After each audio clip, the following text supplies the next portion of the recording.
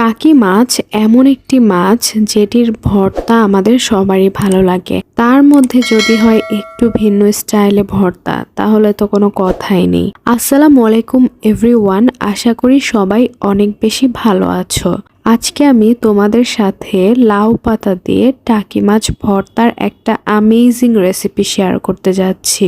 তো চলো দেখে আসি ভর্তাটি আমি কিভাবে করেছিলাম।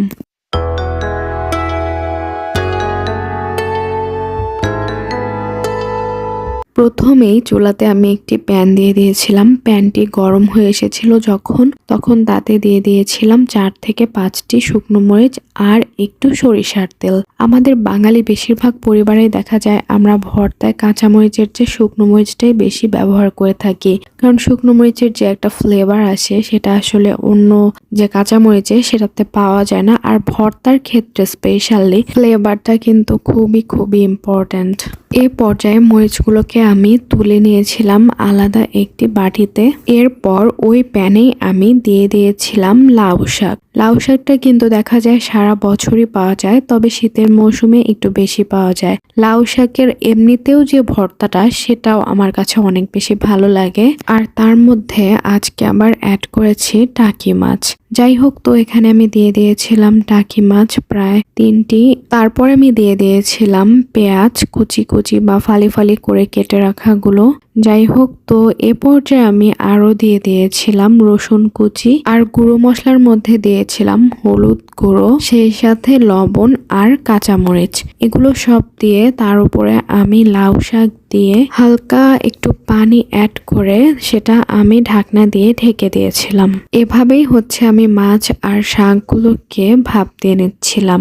ভাপ দেওয়ার কারণটা হচ্ছে পাতাটা তাহলে কাঁচা কাঁচা থাকে না, আর হচ্ছে মাছটাও একদম পারফেক্ট ভাবে সিদ্ধ হয়ে যায়। তো এর মধ্যে আমি অনেকবার নাড়াচাড়া করে নিচ্ছিলাম যেন নিচে লেগে না যায় বা ঠিকঠাক মতো সিদ্ধ হয়ে যায় সবকিছু। আসলে আমাদের বাঙালিদের সবচাইতে প্রিয় যে খাবার সেটা হচ্ছে ভর্তা ভাত এবং যে কোনো সবজি ভাজি। এটা দিয়ে মানুষ যতটা ভাত খায় ততটা ভাত আসলে মাছ মাংস দিয়েও খায় কিনা সন্দেহ আছে। যাই হোক, আমার কাছে ব্যক্তিগতভাবে ভর্তা ভাত তারপর হচ্ছে ভাজি এগুলো আমার অনেক পছন্দ। মাছ মাংস পছন্দ, কিন্তু এগুলো আমার অনেক বেশি ভালো লাগে।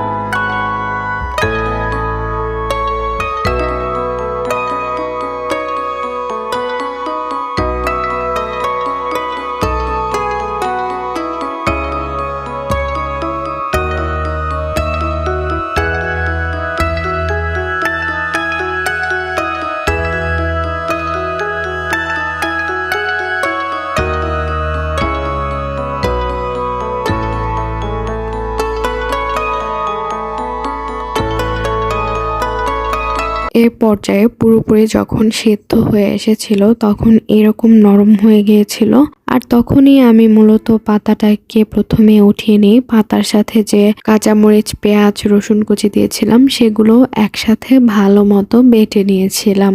তো বাটাবাটির এ পর্যায়ে আমি যখন এগুলো ভালো মতো বাটা হয়ে যায় তখন দিয়ে দিয়েছিলাম টাকি মাছ।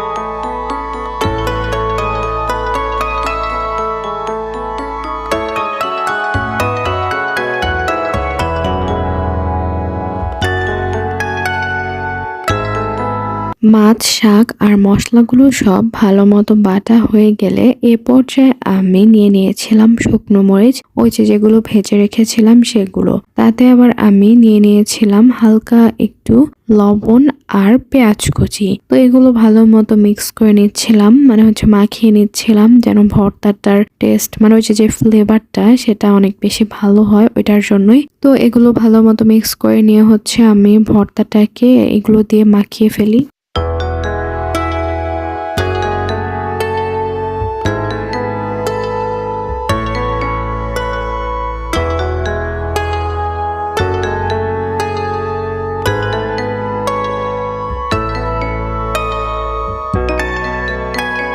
এ পর্যায়ে আমি কিছুটা সরিষার তেলও অ্যাড করে নিয়েছিলাম। আমাদের বাসায় আমরা যে তেলটা ব্যবহার করে থাকি সেটা একদম সম্পূর্ণ গ্রামের ঘানি থেকে আসলে ভাঙানো সরিষার তেল, এবং এটার ফ্রেগনেন্সও অনেক বেশি সুন্দর হয়, যার জন্য ভর্তাগুলো খেতে অনেক বেশি ভালো লাগে। ভর্তাতে আসলে যখন তেলটা খাঁটি থাকে তখন ভর্তা এমনিতেই অনেক বেশি মজার হয়। যাই হোক, এজন্য তোমরা সবসময় ভর্তাতে খাঁটি তেল ব্যবহার করার চেষ্টা করবে। তো এই যে আমার ভর্তা বানানো শেষ, এবং এখন আমি এটাকে পরিবেশন করে নিয়েছিলাম। তো ভর্তা বানানোর পরে পাটাতে যে এক্সট্রা ভর্তাটা থাকে সেটাতে যে ভাতটা মাখানো হয় সেটা কিন্তু খেতে অনেক অনেক বেশি ভালো লাগে, এটা তোমরা সবাই জানো। আর আমাকে আমার মা সবসময় ভাত মাখিয়ে দেয় আর আমি সেটাই খাই, আমার খুবই ভালো লাগে এই জিনিসটা। যাই হোক, তো আমার আজকের রেসিপিটি তোমাদের কেমন লাগলো আমাকে অবশ্যই জানাবে, আর আমাকে একটি লাইক এবং সাবস্ক্রাইব করে আমার পাশে থাকবে। তোমাদের সাথে আমার দেখা হবে পরে আবার অন্য কোনো ভিডিওতে, অন্য কোনো রেসিপিতে। সে পর্যন্ত তোমরা ভালো থেকো, সুস্থ থেকো। আল্লাহ হাফেজ।